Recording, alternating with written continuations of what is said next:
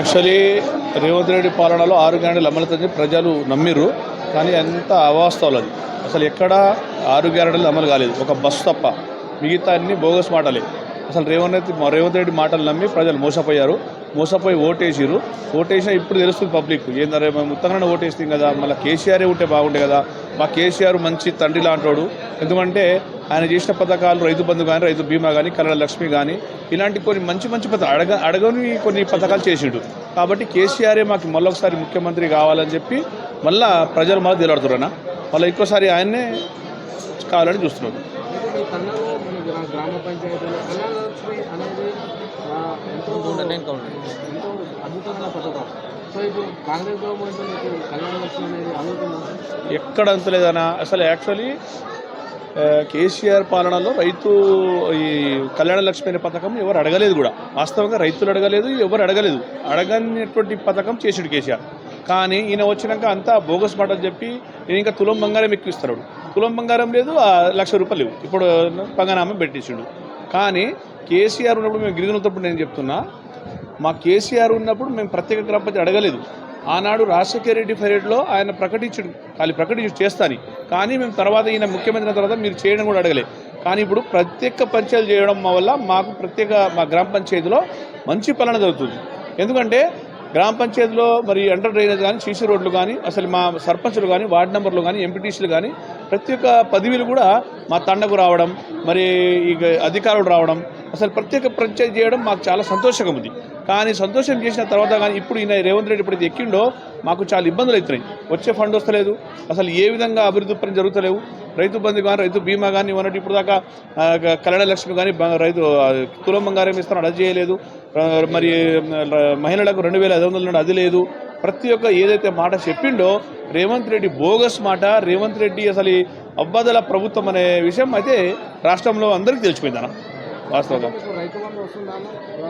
ఇప్పుడైతే ఇప్పుడు ఒక మండలంలో 10 గ్రామ పంచాయతీలు అనుకున్నానా, దాంట్లో ఒక యూనిట్గా ఒక గ్రామ పంచాయతీ తీసుకొని అందరికీ వేసినామంటారు. కానీ ఎవరికి సగం మందికి పడ్డాయి, సగం మందికి పడలేవు.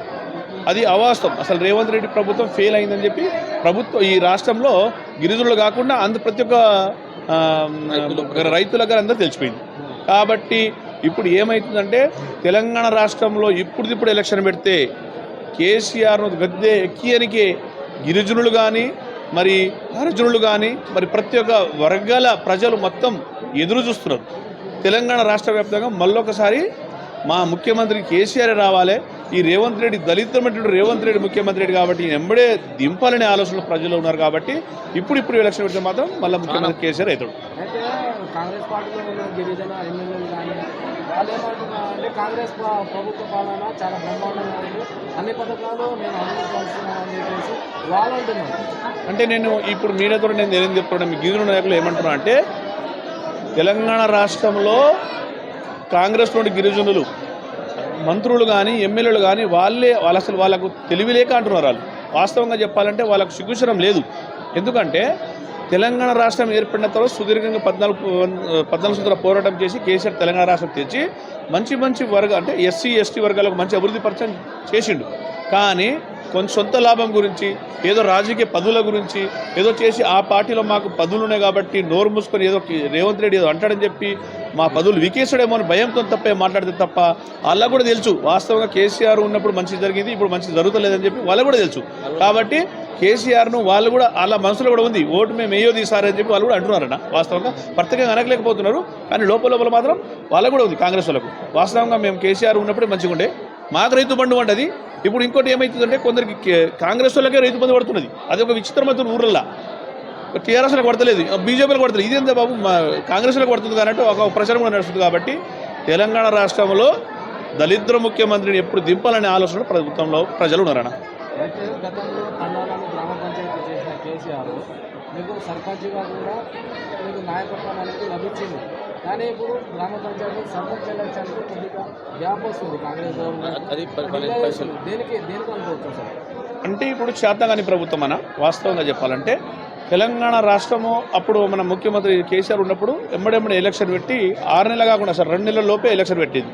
కానీ ఈ ముఖ్యమంత్రికి ఏం చేయాలని అర్థం కాక స్థానిక సంస్థ ఎన్నికలు రేపు పెడతా, మా పెడతా, 2 నెలలకు పెడతా, 3 నెలలకు పెడతా ఇప్పటివరకు కాలేపన చేసి 11-12 నెలలు అవుతుంది ఆయన స్థానిక సంస్థలు పెట్టలేడు.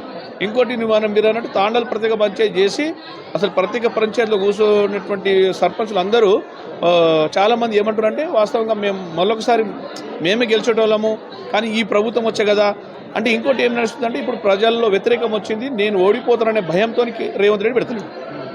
భయంతో. ఎందుకంటే ఇప్పుడు స్థానిక సంస్థలు పెట్టినా అసెంబ్లీ నియోజకవర్గం ఏ అసెంబ్లీ పెట్టినా కేసీఆర్ పక్క అన్ని సీట్లు కైవాసం చేసుకుంటాడని భయంతో రేవంత్ రెడ్డి ఈ స్థానిక సంస్థలు కూడా పెడతలేడు. అయితే చివరిసారిగా మీ గిరిజన పార్టీ తరపు నుంచి కాంగ్రెస్ పార్టీలో ఉన్న ఎమ్మెల్యే కానీ మన గిరిజన సమాజానికి మీతో ఏం చెప్పాలనుకుంటున్నారు? అంటే మేమేమనుకుంటున్నామంటే కాంగ్రెస్ పార్టీలో గిరిజనులు వాస్తవంగా వాళ్లకు చిత్తశుద్ధి ఉంటే, వాళ్లకు నిజంగా తెలివి ఉంటే, సిగ్గుశరం ఉంటే అందులో ఉండి ఎవరైతే రేవంత్ రెడ్డికి నిలదీసి ఆనాడు చెప్పిన హామీలను ఎందుకు అమలు చేస్తలేవు చేయమని అడిగే హక్కు వాళ్ళకు ఉంది, అడగాలి. ఎందుకంటే వాళ్ళు కూడా ఒక అధికార పార్టీలో ఉన్నారు కాబట్టి వాళ్ళు కాంగ్రెస్ పార్టీ నిలదీసే వాళ్ళు నిలదీయాలి, వాళ్ళు చెప్పాలి. ఎందుకంటే ఆనాడు ఇన్ని హామీలు ఇచ్చినావు, ఇప్పుడు మేము ఊరిలోకి పోతే మాకు ఎవరు రాణిస్తలేరు, మాకు ఇబ్బంది పెడుతున్నారు, మాకు అడుగుతున్నారు అని చెప్పి ఎవరైతే ఈ కాంగ్రెస్ పార్టీలో ఉన్నటువంటి ఎమ్మెల్యేలు కానీ, ఎంపీలు కానీ, సర్పంచులు కానీ, మరి ఎవరైనా లీడర్లు కానీ వాళ్ళకి సిగ్గుశరం ఉండాలన్నా.